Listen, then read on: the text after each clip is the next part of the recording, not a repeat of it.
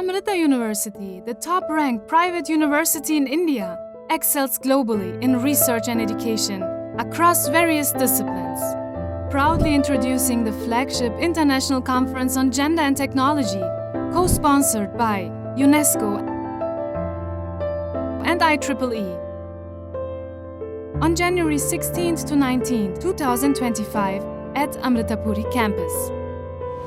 Submit your research at the intersection of gender with emerging technologies such as blockchain, AI, VR, mixed reality, IoT and robotics. Check our website for more thematic details.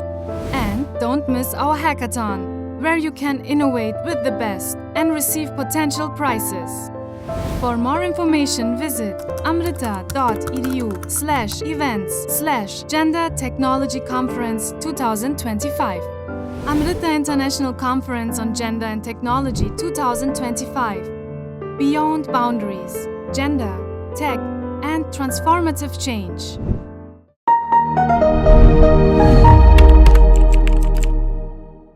A warm welcome, dear experts, dear colleagues, dear students, dear researchers, and all who are joined us today, and all who are interested in our topic on gender and technology. This is our second episode of our webinar series on gender and technology under the umbrella of our upcoming Amrita and UNESCO steered conference on gender and technology in India, Amritapuri in 2025, January 16th to 17th. Today's episode is as exciting and relevant as the last one. And in this episode, we will delve into crucial topics such as gender equality and women in STEM education. Additionally, we will discuss safety and security from a human rights perspective, examining how these issues intersect with technology and gender. We are very delighted and honored to have our three panel members today with us. Allow me to start with Professor Awad. Professor Awad is a professor actually of Physical Organic Chemistry, Department of Chemistry, Faculty of Women for Arts, Science and Education at the Ain Shams University in Egypt. She also holds Egypt's UNESCO chair to empower women through science and technology since 2010. Apart from this, she is also the director of the Information Technology Unit and the e-learning unit at the faculty, the director of the Quality Assurance Unit at the faculty from 2015 to 2020. Founder and former director of the National E-Learning Center at the Supreme Council of Universities, Ministry of Higher Education, as well founder and former director of the E-Learning Center at Ain Shams University, and member of the National Committee for Developing an E-Learning Strategy for Higher Education. She is also a member of the American Chemical Society ACS, National E-Learning Strategy Committee in Higher Education, National Quality Assurance and Accreditation Authority, the Egyptian National Committee for Education, Science and Culture, under the umbrellas of UNESCO, UNESCO, and ISHECO. So, Dr. Awad, Professor Awad, it's an honor to have you today with us. Thank you so much that you are going to share your wisdom and knowledge in our today's episode. Thank you so much for this introduction. Actually, I'm very pleased to be with all of this society and UNESCO chairs, and to make something to improve women and gender and to involve with you. Thank you, Professor Awad. The pleasure is fully on our side as well. Now I would like to introduce also our second panelist, Dr. Upneet Kaur Mangat. And Dr. Upneet has been appointed as the chairperson for the Center for Human Rights and Duties at the Punjab University. I had the fortune to visit the Punjab University, this beautiful campus. I still have it in front of my eyes, and it was wonderful to meet also Dr. Upneet's team there with their relevant work in Chandigarh. And Dr. Upneet's research spans from gender law, human rights, victimology, and victim assistance. She's a member of the Internal Complaints Committee for the Women Employees at Haryana Civil Secretariat under the Sexual Harassment of Women at Workplace Act 2013. And since July 2 in 2024, she's there. And further, she's a life member of the Indian Association of Women Studies, life member Indian Red Cross Society, and life member of the National Alliance of Women's Organization. In addition, she has conceptualized, directed, and produced the documentary film titled Doraha Leprosy Home, Public Interest Litigation, 2012 and beyond, as part of the public hearing for entitlements of leprosy-affected persons. So, Dr. Upneet, the honor is ours to have you today.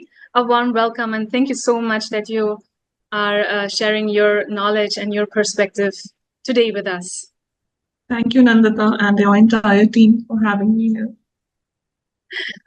Our third panel member, and I want to share it in the same sentence also that Dr. Bhavani, that she apologizes for today. She couldn't join personally, but she shared a video recording with us, which we are going to play. And Dr. Bhavani is our Dean of the School of Social and Behavioral Sciences at Amrita Vishwavidyapeetham, India, and she is the director of two of our research centers, Amachi Labs, and the Center for Women's Empowerment and Gender Equality, which is under the UNESCO chair of Gender Equality and Women's Empowerment.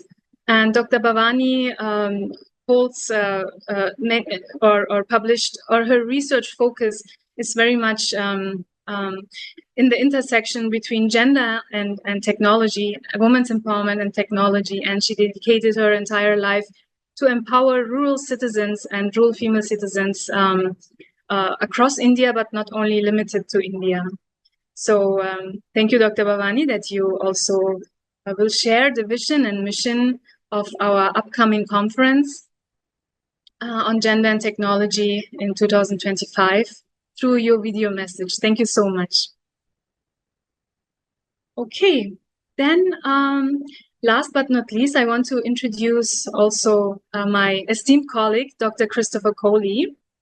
He is the head of the Department of Social Data Science and Policy, and the chair of the upcoming master's program of Social Data Science and Policy at the Faridabad campus.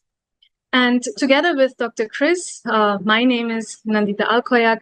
I am located at the Amrita Puri campus, heading the Department of Cognitive Sciences and Psychology. Together, we are your moderators for today's session. So again, a warm welcome to everyone. And Chris, I think we wanted to start with our short overview of the conference, upcoming conference, so that we can set the tone and the frame for our upcoming discussions. Handing over to you. Yes, thank you so much. Thank you so much, Dr. Nandita. But before that, I wanted to share a little bit about our upcoming conference, which this whole webinar is meant to promote. So for that, I'll be covering a little bit of our key objectives in terms of the overall vision and mission of it, and then give you some information on the parallel tracks. But of course, there's plenty more information if you're curious or you want to submit your papers. You can find all of that information on our website, which has been posted in the chat window. So do take a moment and go through our website when you have a chance. But let me go ahead and start right on with the first slide. Next slide, please. Here are some of the key themes for our International Conference on Gender and Technology 2025. So, in essence, this conference is focusing on the intersection of emerging technologies with gender. And what we mean by that is we're looking at the various ways that emerging technologies, including artificial intelligence, blockchain algorithms, virtual and mixed realities, Internet of Things, robotics, and other digital technologies are intersecting or affecting how society views gender, how gender is performed in our societies, and in general, how it's impacting our world, our lived experiences. And as we know, as social scientists, I'm sure you're aware that gender is one of the key markers of social health, gender equality. And unfortunately, women and other gender minorities, sexual minorities, often face the brunt of social injustice and are deeply impacted by the number of vulnerabilities that we face in our modern times. So this conference is trying to look at that intersection between these new emerging technologies and how it's impacting gender and society among various ways. So we've identified 4 key thematic areas around which we are organizing our conference. And then under those 4 thematic areas, we have 12 parallel tracks, which I'll describe in some detail next. But first, let me talk about these 4 thematic areas. The first one is the social impacts of emerging technologies. And this is specifically looking at, again, using a gender lens, but how emerging tech is impacting our society, whether this be political, emotional, psychological, economic, right? And broadly, how it's impacting our identities and our various demographic groups around the world. Because this conference is being hosted by Amrita University, which is based in India, we have a very strong commitment to reflecting and representing the global South issues. So when we're talking about the social impacts of emerging technology, we are especially trying to highlight the experiences of the global South. The second thematic area in this conference will be gender and technological influences on climate change and environment.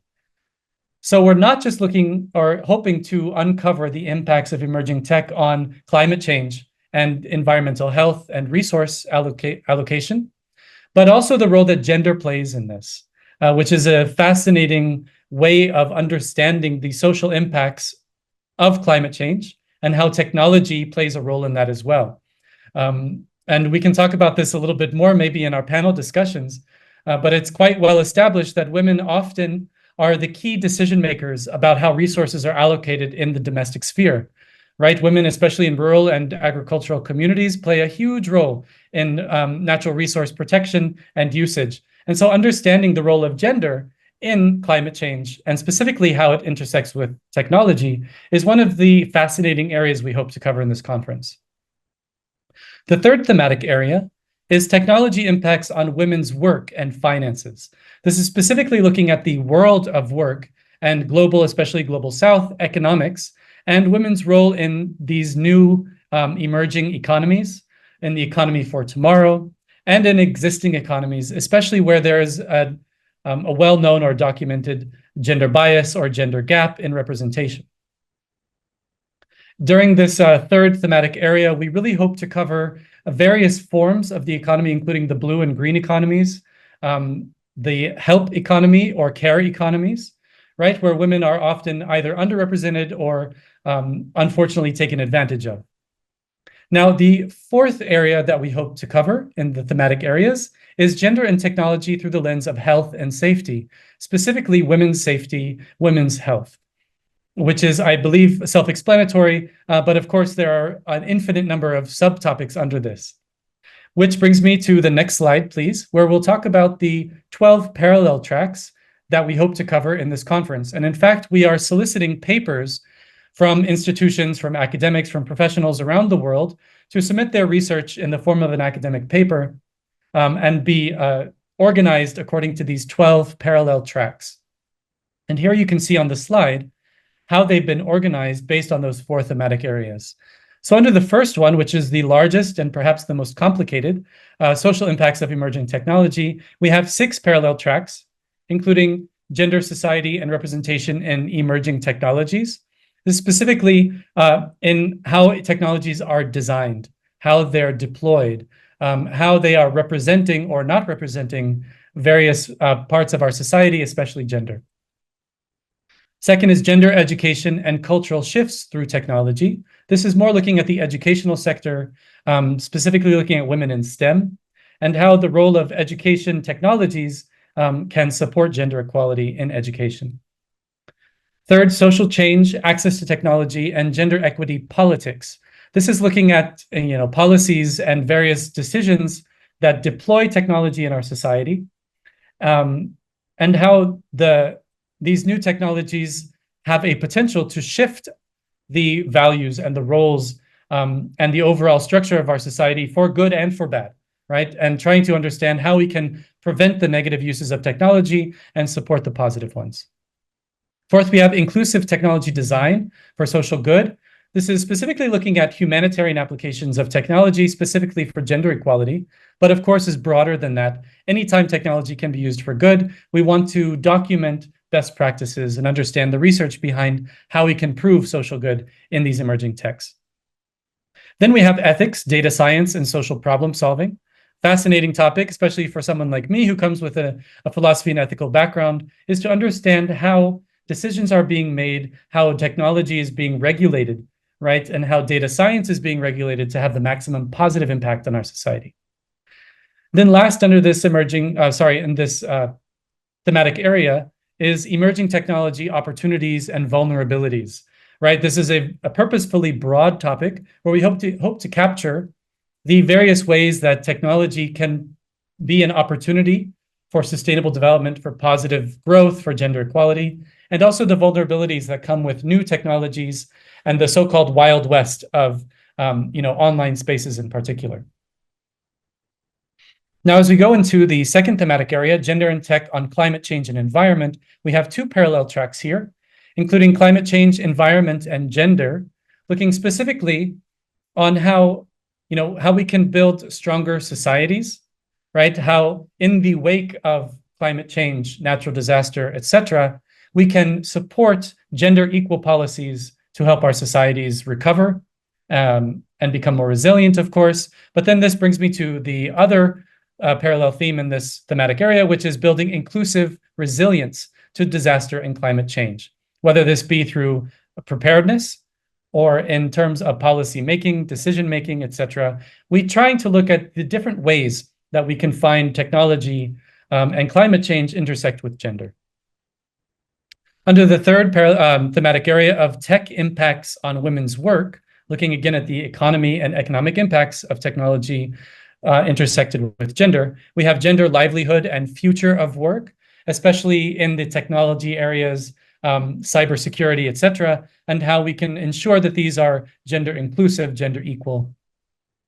We also have gender and finance, looking at tech innovations for financial inclusion, whether that be through startups, through government incentives for new businesses and procurements, etc., and various policies that support gender inclusive economic moves and policies. Now we have our last thematic area and the last two parallel tracks, which are under gender and technology and health and safety. We're interested to understand how women's health and sanitation are represented in the digital age, right? How can we make positive moves, sustainable moves that support women's health and sanitation with online resources and other emerging tech resources, especially in the last mile connectivity, right? In the heretofore unreached, untapped markets, especially in rural sectors and developing countries.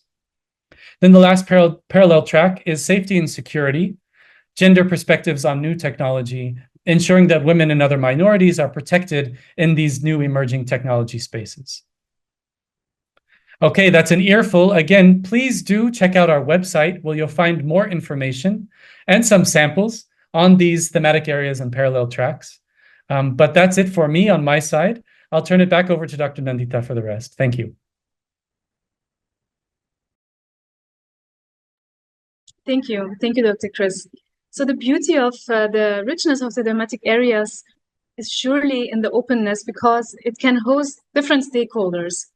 And this is one of our highlights of our conference, because we not only want to, which is beautiful in itself already, but we don't only want to interact with academic partners, but also we want to offer workshops, policy roundtables, and a hackathon, which we will give a short highlight upon it later on.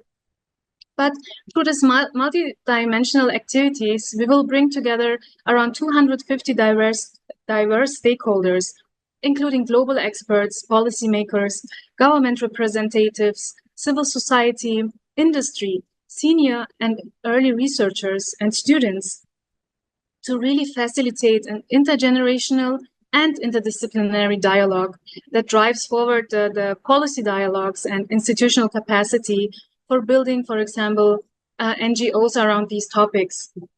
So the date of the conference marks actually the beginning of the 30th anniversary year of the Beijing Declaration and Platform for Action.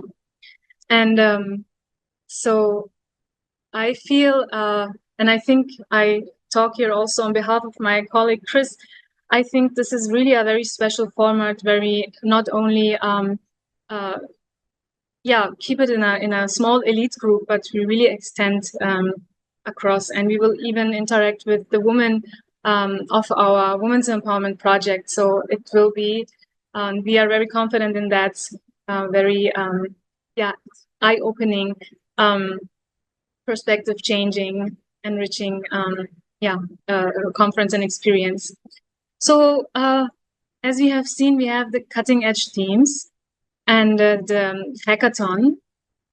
We have a very distinguished committee. I also invite, echoing Dr. Chris' invitation to visit the webpage and see our distinguished committee. So we have excellent speakers, and we have really global and national esteemed committee members and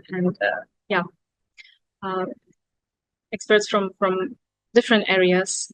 So this shall be a deepening and strengthening of the diverse community, which is there already. So we want to come together and we want to make it sustainable. So it has the vision to be sustainable. But not to talk too much about the vision and mission, which is actually reserved for Dr. Bhavani, who had the idea and the vision and mission to start such a conference. I will stop here, and we will hear more about that in her video. But just to give a glimpse of our important dates, if I may just request to see the slides again, so that our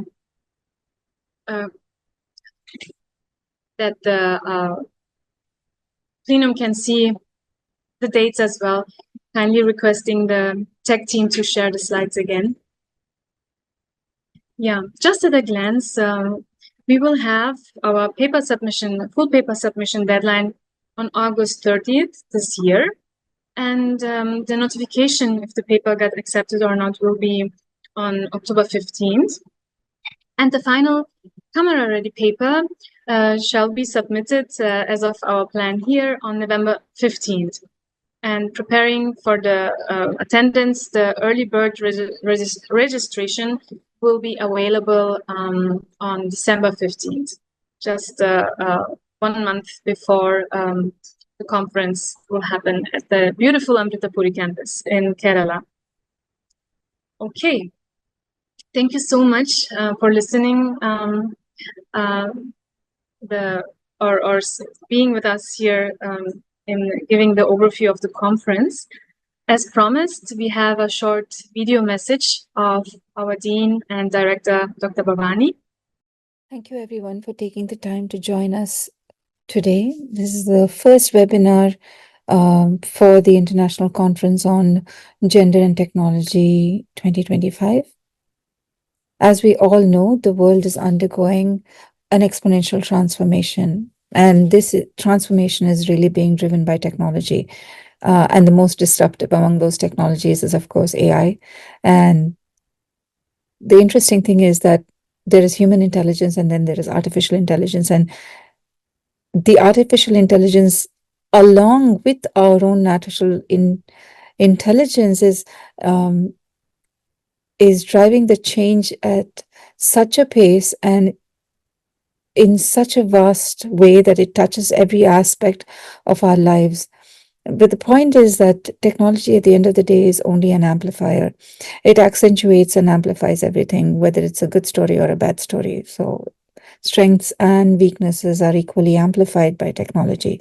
And so it makes it even more critical when the change is so rapid, that we make sure that we amplify the good stories, the strengths, and we make sure that we do not amplify the negative stories, the weaknesses. Unfortunately, much of the design of technology, not just of AI, does not take into account and is not inclusive of a huge population. So not just vulnerable populations, but even half the population, which is women, are left out of the design process in technology. But to create an inclusive world where no one is left behind, we must make sure we prioritize inclusive design and inclusive use of technology. And one may ask, why women? When we're talking about gender equality, it still remains that women are half the population. Not just that they are half of the population, they're also the keepers of all vulnerable populations. So women are the ones that look after children, predominantly look after children. They look after the elderly.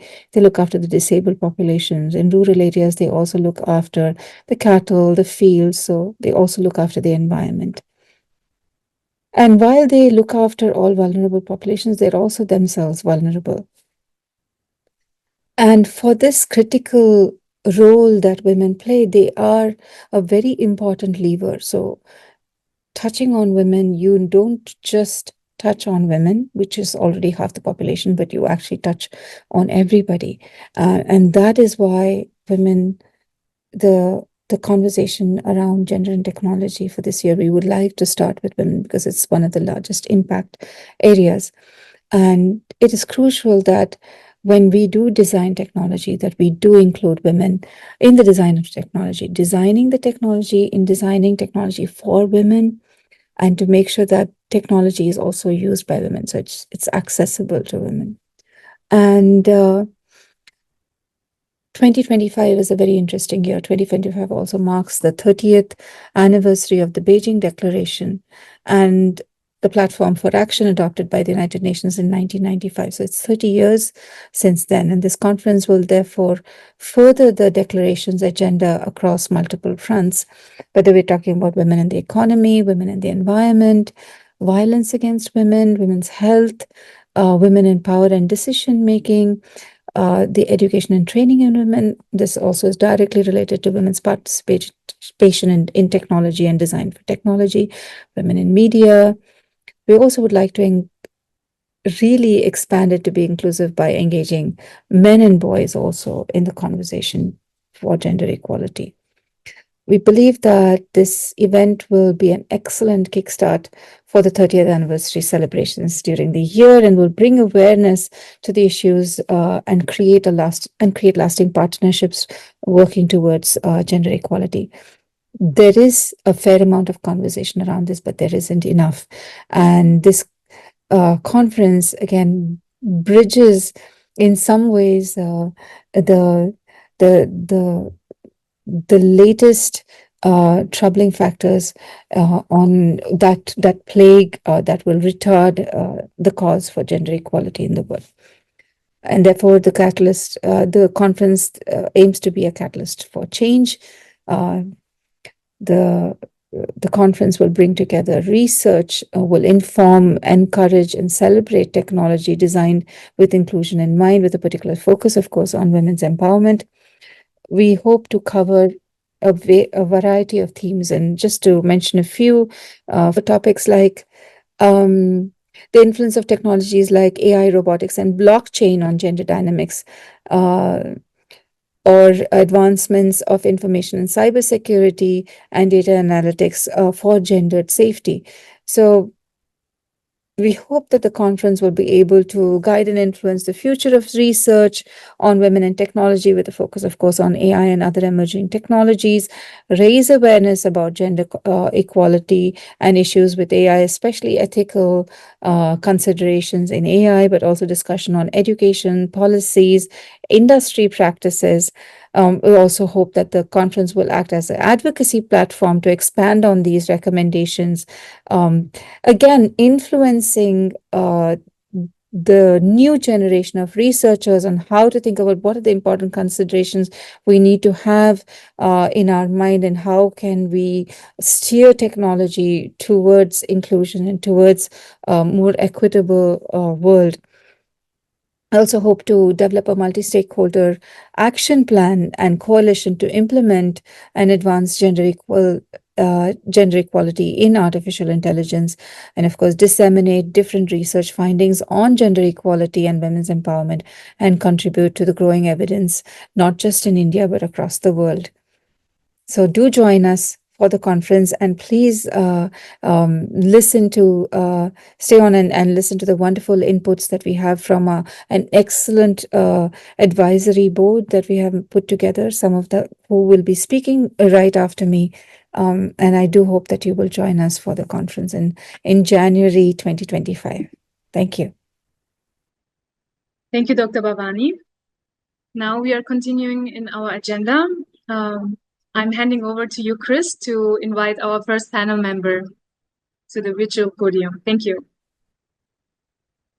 Great, thank you so much. So as my colleague said, we are now moving on to an exciting part of this webinar, which is our chance to hear from a couple of experts in this field and really benefit from what they have to share with us on this exciting topic of gender and emerging technologies. I'd also like to echo what Dr. Nandita said in the chat window, and that is, if any of our attendees have questions for our panelists, please do post them either in the Q&A or in the chat window, because we are dedicating the last part of this webinar to posing your questions to our panelists. And it's a great opportunity. Please don't miss it. We'll remind you a couple of times throughout, but we'd love to hear some of your questions as well. So without further ado, I'd like to invite Dr. Awad to please join me as we start our first panel discussion. Hello. Hello, ma'am. Hello. Good afternoon. I'm very pleased to join this webinar, and I would like to benefit a lot and to add some. So, to my experience, I see that the topics for gender education and cultural shift through tech is very related to the other branches, such as climate change, environmental, and gender.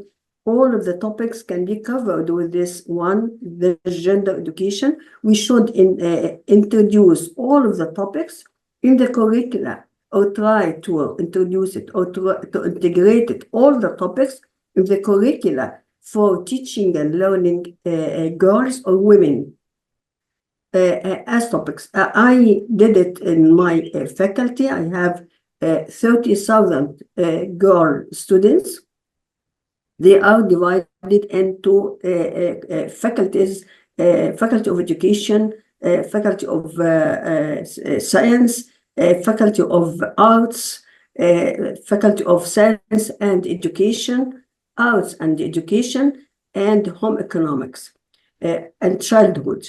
All of them I introduced in the curricula 3 or 6 topics: women's human rights, scientific thinking, how to use technology in their daily life, and culture, and also how to keep environment clean, and to keep environmental and economy as well.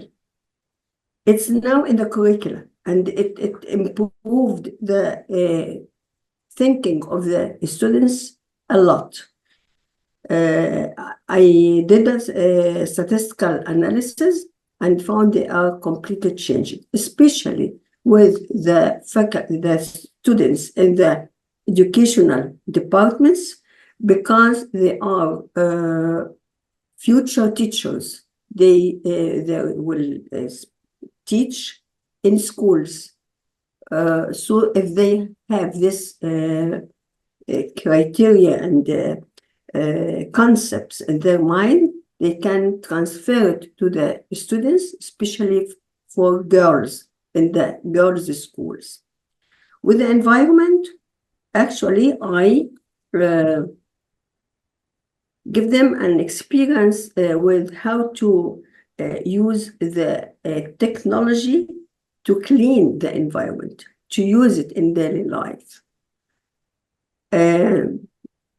So I think if we use in education or we introduce education in the curricula, technology and environment and technology and human rights, we can cover all the topics we need to, the 12 topics in the both classifications.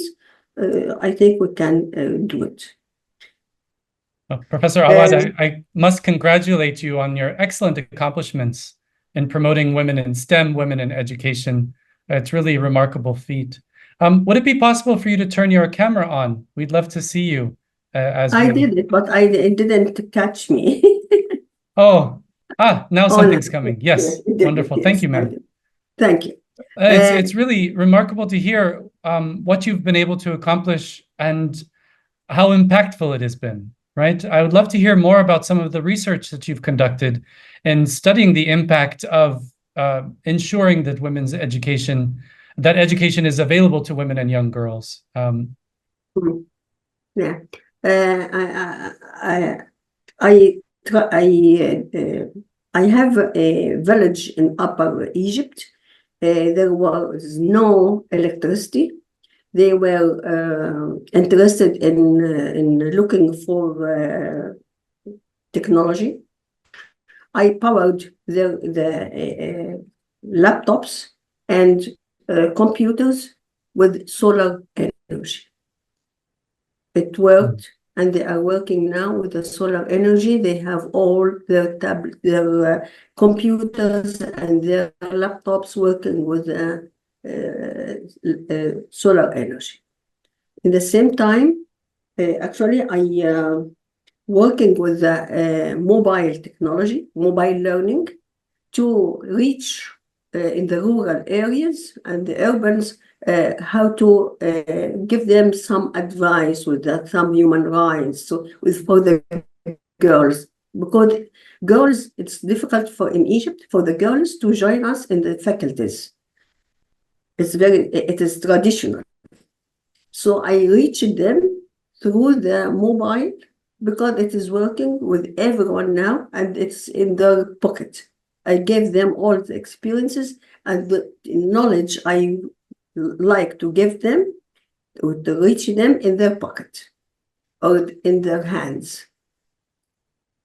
In addition to e-learning, I did it with mobile learning, giving all the advices I have and videos and all the knowledge and information I'd like to give it to them. There are many more, but it is the most impressive parts I have. That's incredible, ma'am. Really inspiring, in fact, to hear how you're able to leverage solar technology to provide freedom of access, right? To encourage access no matter where these students are, to ensure that girls have access to the highest quality education. Now, I have a question for you, if I may, and this is for other educators, other practitioners, other institutions who want to promote young girls in their education, especially in the STEM fields. And that is especially in traditional communities where women and girls are not expected to pursue such education. How can we encourage girls to use educational technologies and thereby empower the future generations? How might you suggest for those? Yeah. Yes, if we make it attractive, if we make the technology, can you imagine that to teach chemistry or physics or something of science, which is it is tough, but if you introduce technology, you can make it very attractive.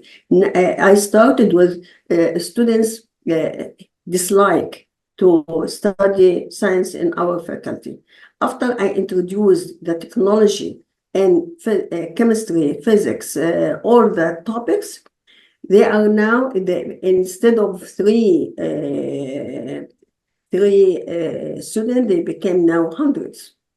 Because I use the virtual labs. I introduce technology in the education with the it is interactive now. It's very simple, very clear, very understandable. So and I use it with the STEM. I am an expert with the STEM schools. So we use this technology, introduce most of the technology with the education. It became very, very attractive for them, interesting more than arts. But arts, it's you can't use interactivity, animation, graphics, games. I use games now in chemistry and in science. Gaming makes it very interesting for them. Even with history, I use 3D modules, and I did for them virtual museum, and they use it to arrange each room with the era, with the history period. So if they did one, they go to the other. It's games now. So it makes it, everything is very, very interesting and attractive. And how to keep environment clean. What is wrong, what would happen for environment if you this and don't use that. And mind you, we have a problem with the wheat straw. They burn it to get rid of it. Now I transfer it to a very, very, very useful products, such as silk or viscose, artificial silk. It became a paste, and just collect the paste from each house, and they use it and they sell it. So technology makes everything very useful, very attractive, very easy to be handled. If we use it correctly, we benefit from it. That's right. And the scope, just in your few words, you've been able to, inspire so many thoughts, in me at least, and how we could leverage this technology to make, like you said, education more exciting, but also our workplace, right? And our productization for multiple benefits, whether that's environmental and upcycling.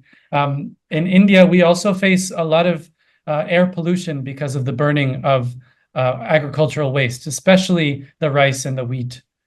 So something like this, making viscose out of farm waste, is such a creative way to tackle multiple problems, improve economy, and also the environment. Wonderful. Yeah. I think we have time for one more question, if that's all right, before I turn it back over. And that is, I know, ma'am, you've worked some in green chemistry. So I would like you, if you could, speak a little bit about what you believe is the most important role for women in green chemistry in our times. Sometimes instead of using, say, a oven or to do something, we can use something very clean and clear, and I use it now in chemistry. Say as an example, microwave. We now working chemistry reactions in the microwave. No waste, no vapors, no solvents. Mind you, reaction takes place without any solvent. No hazards, nothing to do. If they use green chemistry, it's green chemistry. To use everything, to think about it's green. It wouldn't make pollution, such as green hydrogen. Green hydrogen now is produced from green waste, green everything, but not to do reactions. It is green chemistry. So the reactions takes place very peaceful, very quickly, very neat, very without any hazards.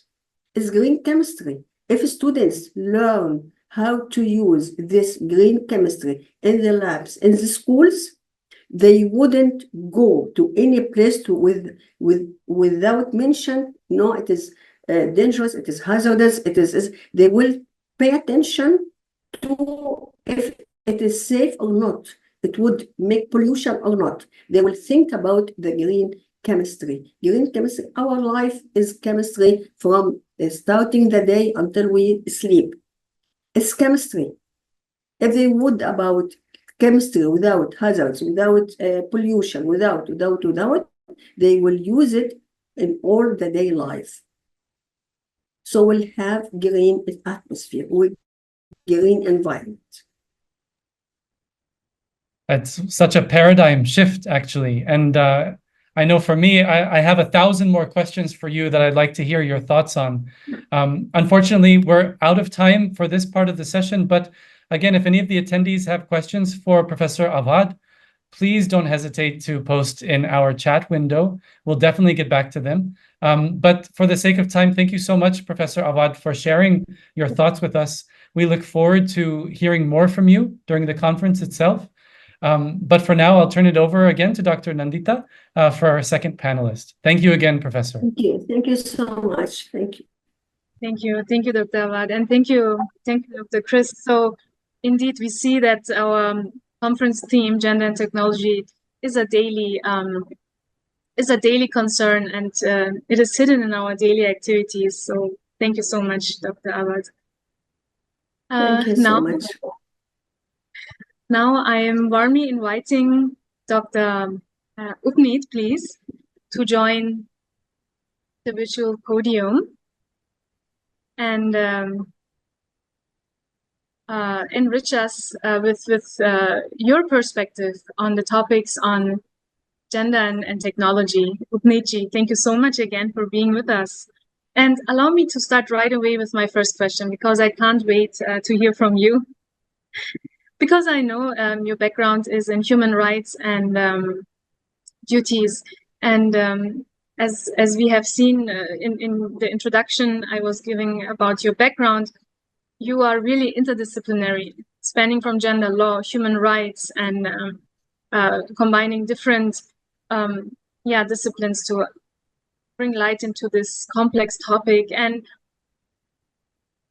building the bridge to technology. So do you see, or where do you see the evidence that technology has or does facilitate an increase in gender-biased violence? Niji. Thank you, Nandana. And I'm really happy to see that one of the key areas of this conference is safety and security, particularly from a gender perspective, because in the recent past, what we have seen is new technologies are emerging, particularly the AI, generative content, which we see all around.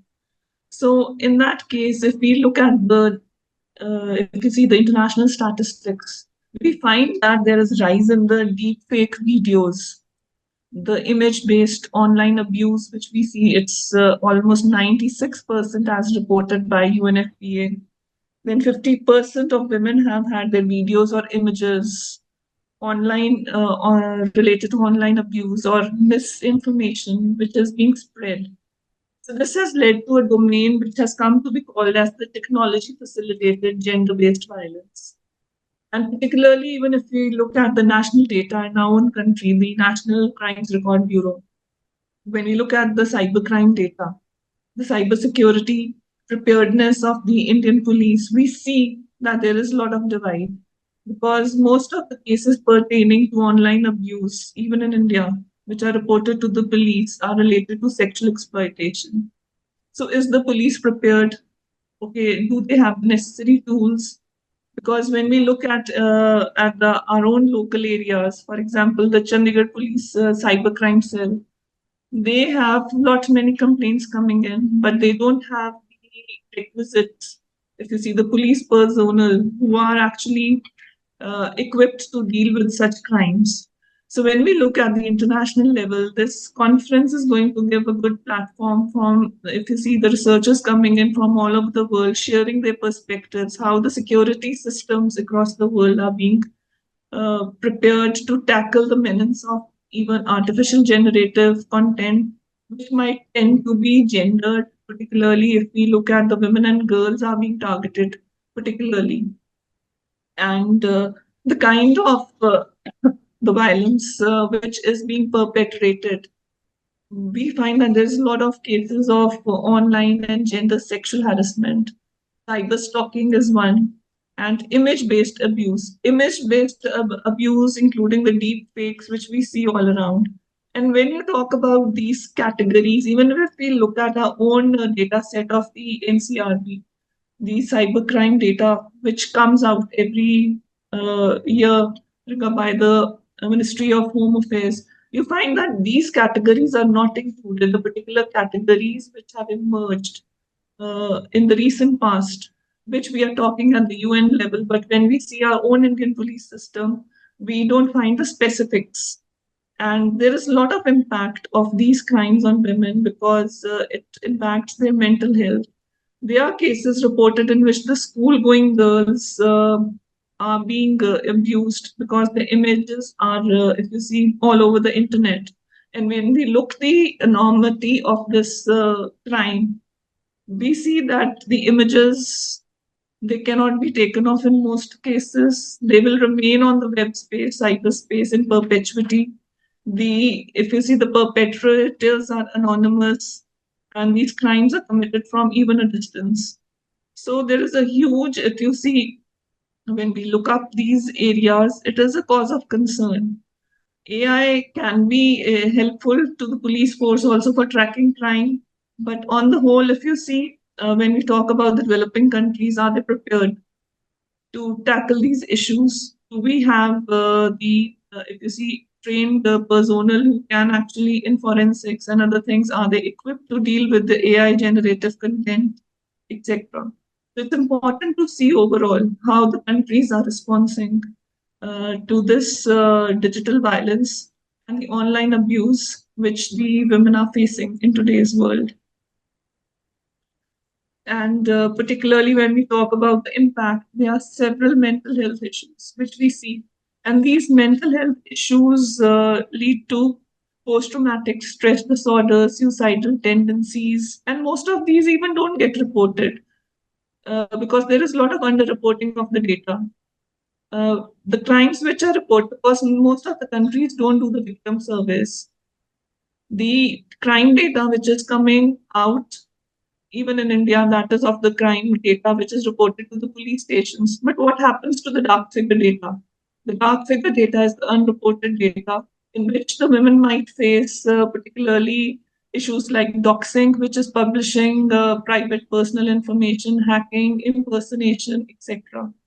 So because with the usage of internet in the recent past after the COVID, we see that women are using internet and the online space for education, for connecting to the peers, etc.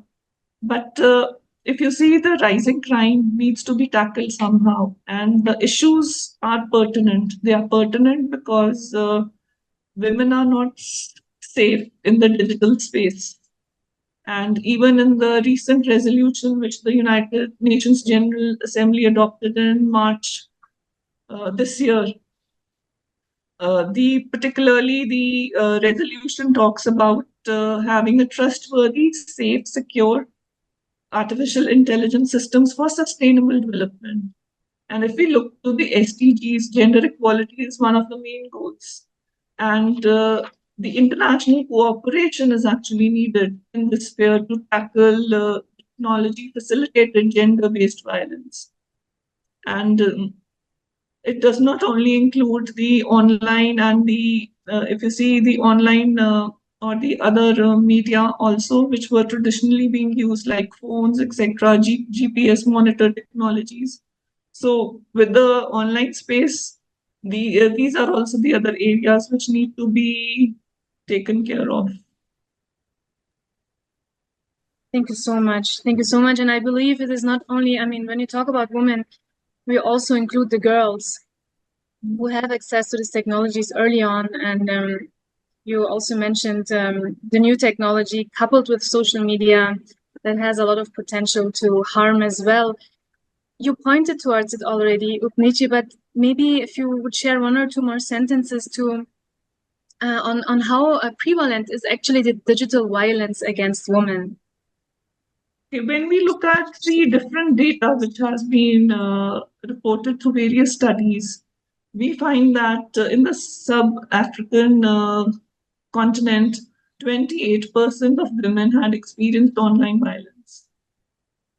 And even after COVID-19, there has been increase in digital violence as women and girls moved online for work, school, and social activities. In Australia, for example, there had been 210% increase in image-based abuse. So it is image-based abuse is one of the most common which we find in the studies which have been done on this issue. And the data from India, Sri Lanka, and Malaysia shows 168% increase in the volume of the misogynist online content and the posts during the COVID-19 lockdowns. And even prior to the pandemic, if we see, there has been 38% of women surveyed who have been surveyed by various studies by UN Women, which shows that women have been experiencing online abuse. So on the whole, if you see, the deep fake videos are mostly the content is related to pornography, and most of the victims, 96% victims of the deep fake videos are women. And 57% of women have their videos or images online abused or misused. And 85 women globally have experienced or witnessed digital violence against other women too. You might not be the primary victim, but when you're on social media, if you see platforms, you see the other women being trolled. Okay, there is trolling, there is doxing, cyber stalking happening to the other women, which you are witnessing. But then nothing can be done on that front because you're witnessing the stalking being done by reading the messages, the trolling being done, etc. And all the national governments are not having laws and policies to address these issues. Thank you so much, Upneet. So now with all these challenges, we are on a place where you don't need to leave your desk or your room to act violently and harm human rights. So it's really, we see the urge of these technologies and with the intersection of gender. So the question arises very naturally now. So what actions can be done, and especially actions and efforts from, for example, UN Women to really protect the human rights of women in the digital age, and maybe even like how will the woman be embraced who experience this kind of violence? Do you have some insights on that? So when we talk about the technology facilitated gender-based violence, UN Women is having a broader approach to this issue to end violence against women and girls. So in various countries in which they have the regional offices, they have already started off with prevention programming, boosting survivor services, and providing support to feminist organizations, and much more. Even UNFPA, United Nations Population Fund, they have started a campaign, Body Right. Body Right is basically having right on your own bodily images. It's a campaign which they have started off. Like the tech companies, they have copyright. So it is if your photos get, if you see, they get, if you see on the online platform, they are flashed. Particularly, you upload certain pictures and have the body rights in the small b and in a circle, and it's similar to what tech companies offer as a copyright symbol for the infringement of privacy. So it is having right over our own bodies and having the privacy and the autonomy within the human rights-based framework. So these are a few efforts. Even the United Nations General Assembly, as I quoted before, This year, they adopted a resolution on seizing opportunities for safe, secure, trustworthy artificial intelligence systems for sustainable development, which is also one of the key areas is looking gender equality through the lens of technology and also looking at in the backdrop of the artificial intelligence systems which have developed in the recent past. Thank you so much, Upneet. So we are almost at the end of this part of the webinar, but we invite you again then to our Q&A along with Dr. Awad. But just in 1 or 2 sentences, Upneet, how can this conference now, the Amrita Conference on Gender and Technology, address gender-based violence in this digital age? Okay, the potential, if you see the researchers who are registering for this conference, they can work on various themes like technology facilitated gender-based violence, the AI generative content. It can be seen through the gender lens. Basically, there are certain, if you see studies also, and you can replicate those studies in your national context and see how the AI generative content is coming out with certain, if you see, misogynist images. Okay, it also shows that the tech companies and the engineers who are developing these algorithms, which create only the gender-based biased images, okay, that is also need to be taken into consideration.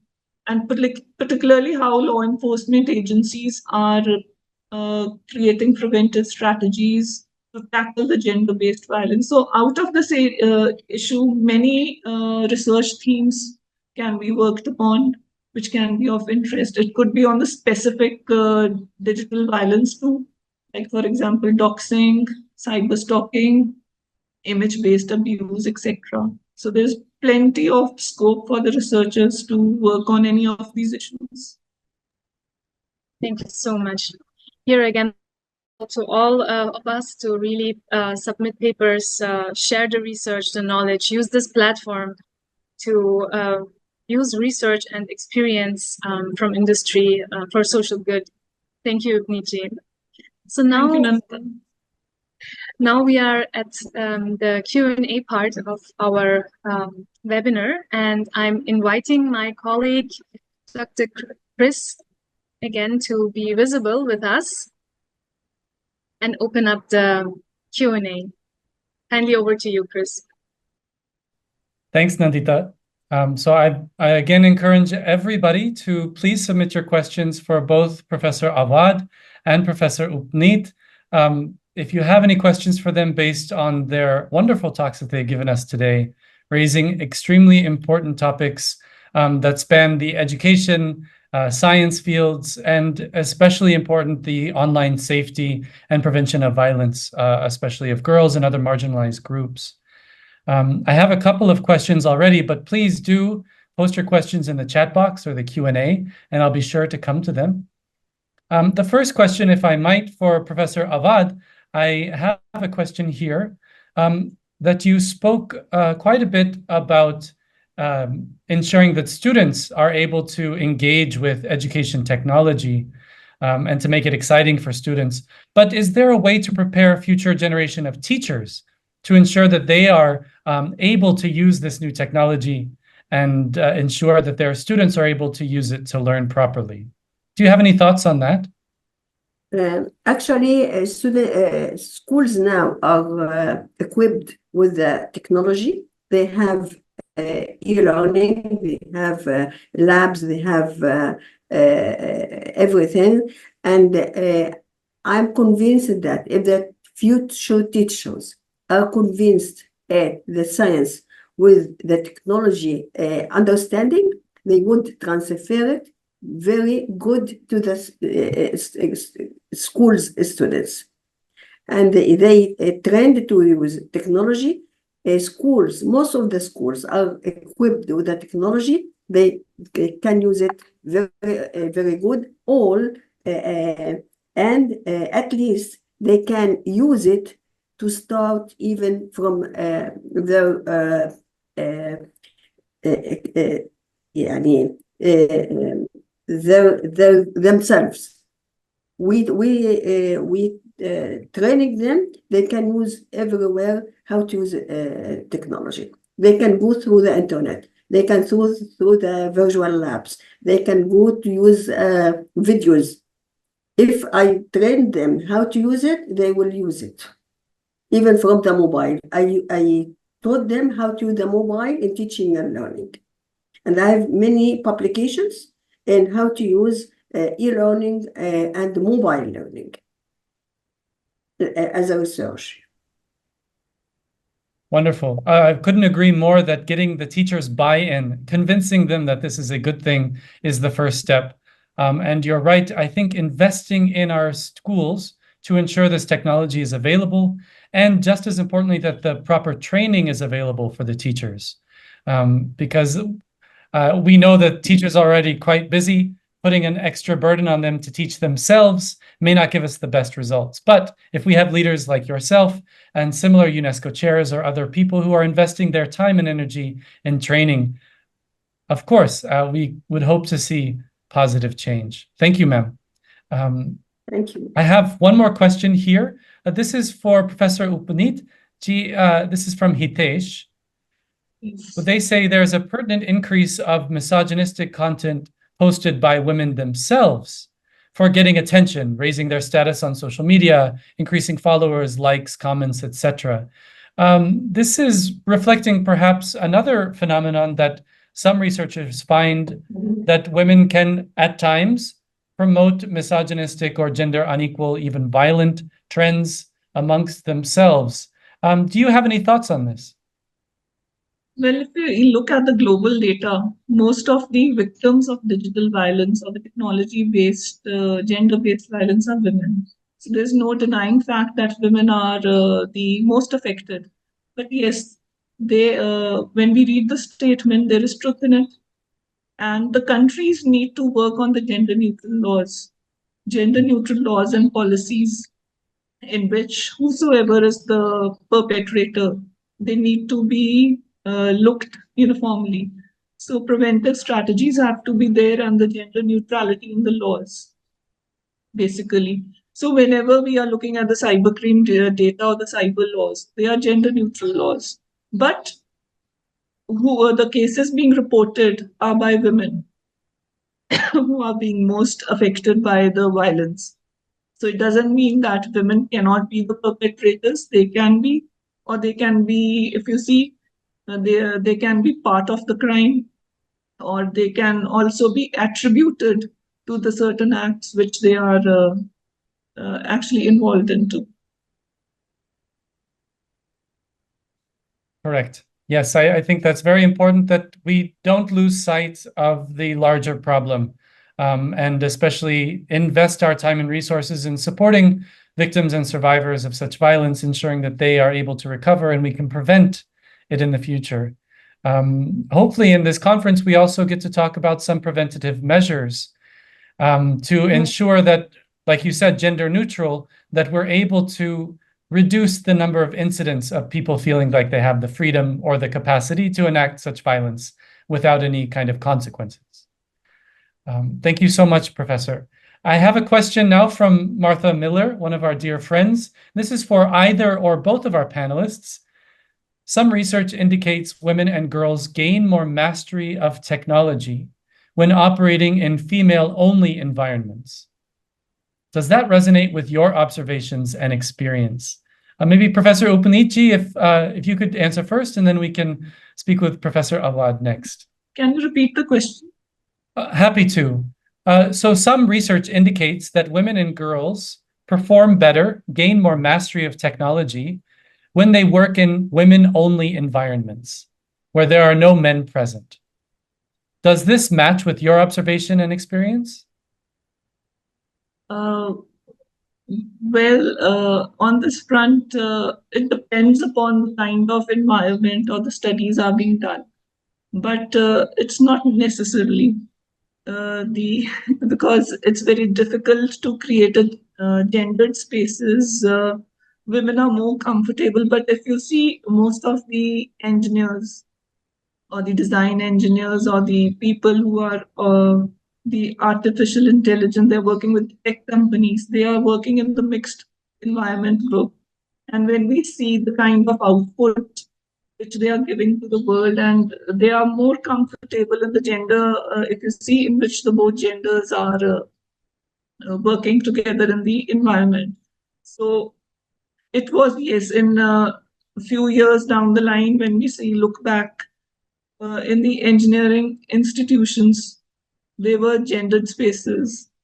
These courses were not being taken up by the women. But now, even if you see the engineering institutions, the science and technology institutions, you see a rise. Okay, and this gender divide, you don't see. There's a digital divide, I can't say existing, but there are very few studies which actually substantiate this view. Interesting thoughts. A lot of food for thought there. Professor Avad, do you have any thoughts on this question as well? Yes, sure. Please. Actually, I am being graduated from a mixed university and education. I worked in the faculty of women. It's a gender woman faculty. It's 30,000 girls or women.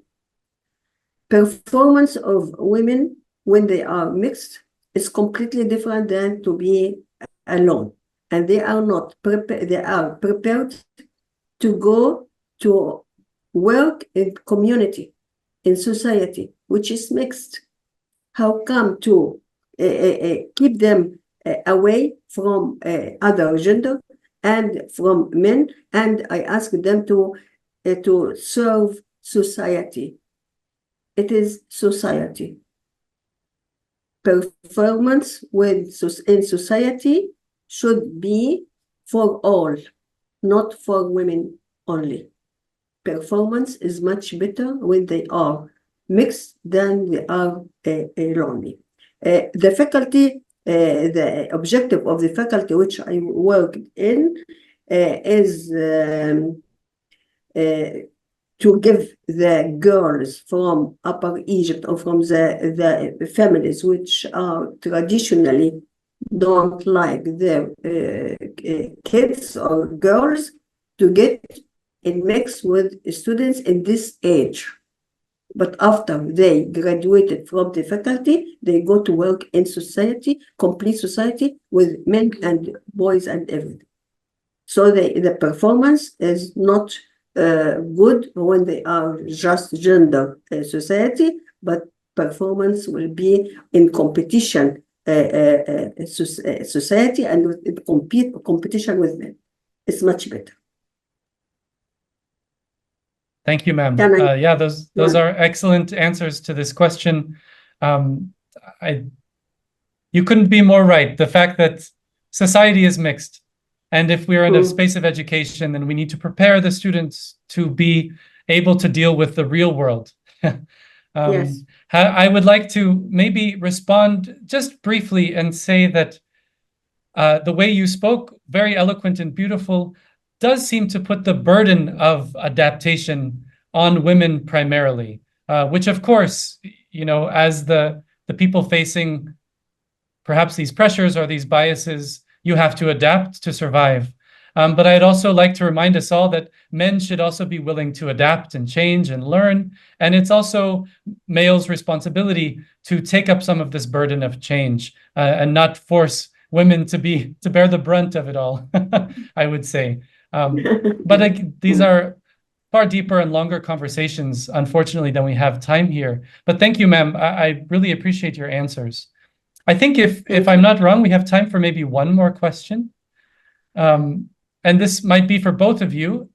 This is a personal question of mine. Given our topic of this conference on gender and technology, is there something that you're especially excited about in terms of the positive impact of gender and technology over the coming years? Maybe Professor Avad, if you could start first, and then we'll allow Professor Upneet to close with this question. Can I ask? Can I say? Please, ma'am. Yes, yes. Yes, my UNESCO chair is how to empower women through science and technology.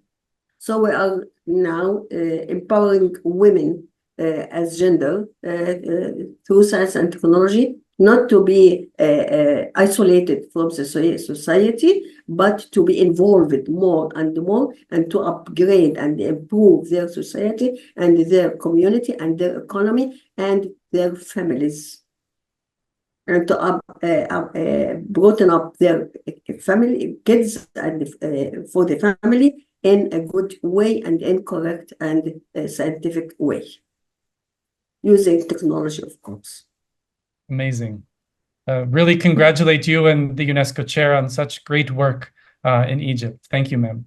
Professor Upneet, do you have anything that you're especially excited about in the future of technology and the gender lens? Well, I think this conference is going to bring people from different countries together to enhance cooperation between the governments, the technology sector, and women's rights organizations and civil society to strengthen policies in which if you see, women are being impacted, be it in the social sector, in the health sector, or even in the field of law and reform, law and justice, and particularly to also address the data gaps. Data gaps, because we need to understand how the AI systems across the world are creating a different kind of profiles of the perpetrators too, and the responsiveness of the law enforcement agencies across the world, and basically even the ethical responsibility of the tech companies, which would be discussed as I see the sub-themes of this conference. And particularly interesting is that different perspectives would be given. There will be, if you see, amalgamation of academic input, industry, academia together, and even the people who are working in the front, in the field of the technology and the scientific development. So this is going to create something or strengthen the collective action of the public and private sector entities and women's rights organizations. So looking forward for this conference. Thank you, ma'am. Wonderful response. Thank you. I could turn it over now to Dr. Nandita if you have a question or you wanted to move forward. Yeah, thank you so much, Chris. And maybe to Dr. Upneet, and then I would have a question to both of you.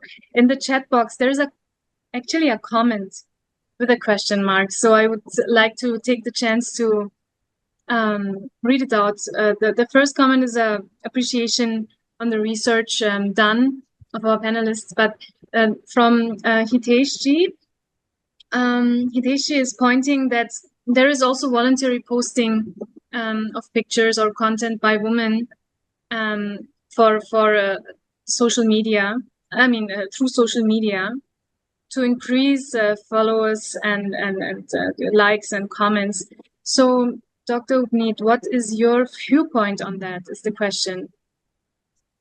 I think this question already I have addressed. Christopher had already posed this question. Yes. My apologies. It must have been, So no, I reworded it slightly, so perhaps you didn't. I'm sorry. Thank you. Thank you, Chris, for the rescue. So I should have been more attentive. Perhaps I made some notes in this moment. But maybe following up this question, maybe our viewers will have also not women, but also girls who are minors. So how to raise awareness amongst this group, and how to, help parents actually to see the danger of these kind of things, how to empower parents and then also youngsters. I think it is the responsibility of the schools, the government, the NGOs to take up digital literacy programs, particularly on a much wider scale, because the way the technology is proliferating, so are the dangers. And if you look in our own region, for example, the schools in Punjab, the government schools in Punjab, or the private schools, you find that parenting workshops don't happen.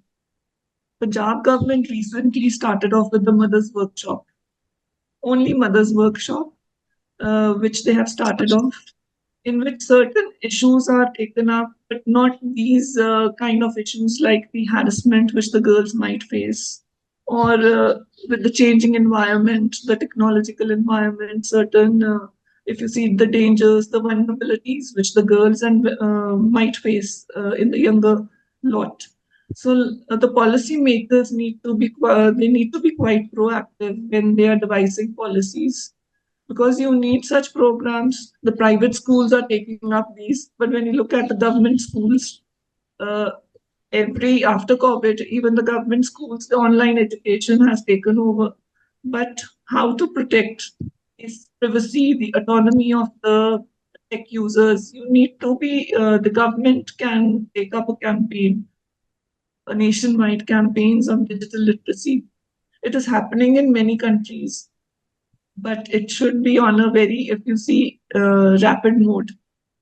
It should be it should be continuous. It should not be one-time workshop or a seminar which is being done, but it should be something which is done after a fortnight, or it has to be taken up in the parent-teacher meetings as well.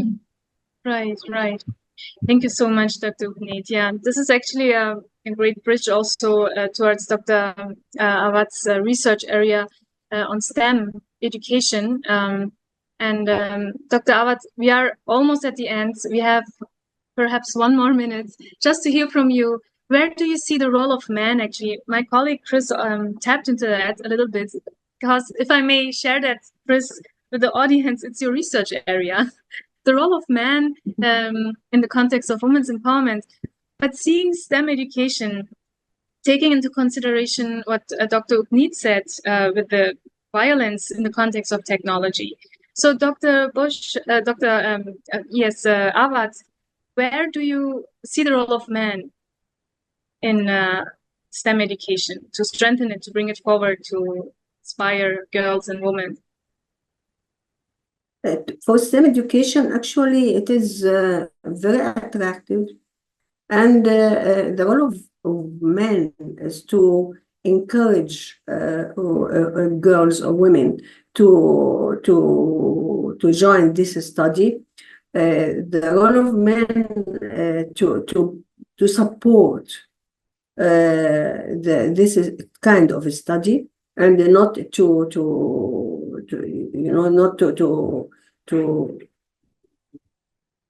attack it, or to do anything like others. Actually, in Egypt, we don't have gender discrimination in any type of education. I'm speaking about to imagine what is the role of men. The role of men is to support, to encourage, to finance, to if they don't believe in this education, they would stop it, or they would discourage girls or women to do. But the role is to support, to empower it through finance, through establish this kind of education, to increase number of schools, to finance the certificates, to help in the expenses, because no women will establish schools for this kind of education, but men can do that. We can encourage men to establish this kind of schools, STEM, because it is much better than the public or the norm schools.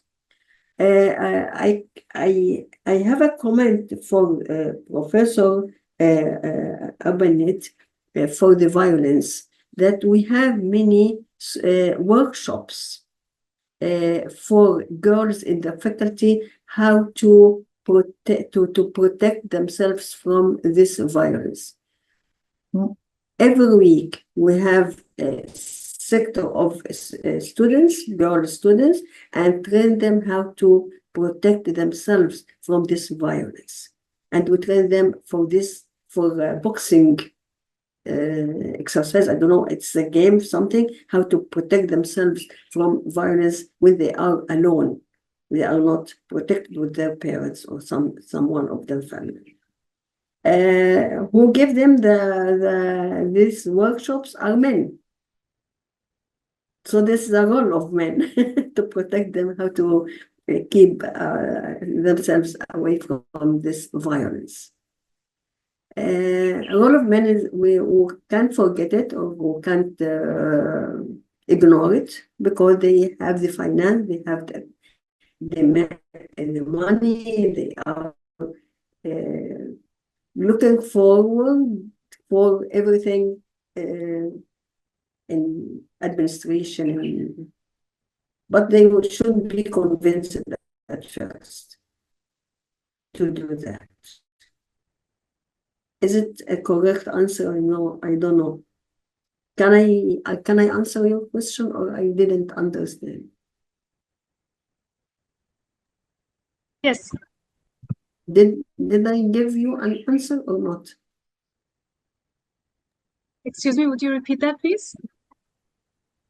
Did I answer to your question, or Yes, I ma'am. didn't Certainly, madam. understand? Certainly. Thank you so much. Actually, this reminds me on a quote from our Chancellor, Srimata Amritanandamayi. She says, men and women are of equal value, like two wings of a bird, for without the two in perfect harmony, humanity cannot progress. So, yeah, thank you so much, Dr. Awad. This bridged actually the way to the quote, and yeah, certainly you answered the question. Thank you so much. Thank Yeah, you. we are at the end of our webinar, and to close up our webinar and yeah, inspired to participate, I am going to hand over to Dr. Chris. Thank you. Thank you so much. And this is my opportunity to remind all of those who have joined us in this webinar today to please do check out our website. The link is in our chat window. If you're interested to participate, to attend, to learn more about the work of not only our conference, but our board of directors, our board of advisors, to learn more about the speakers here today, to get involved in Amrita University in the School of Social Behavioral Sciences, please do see our website.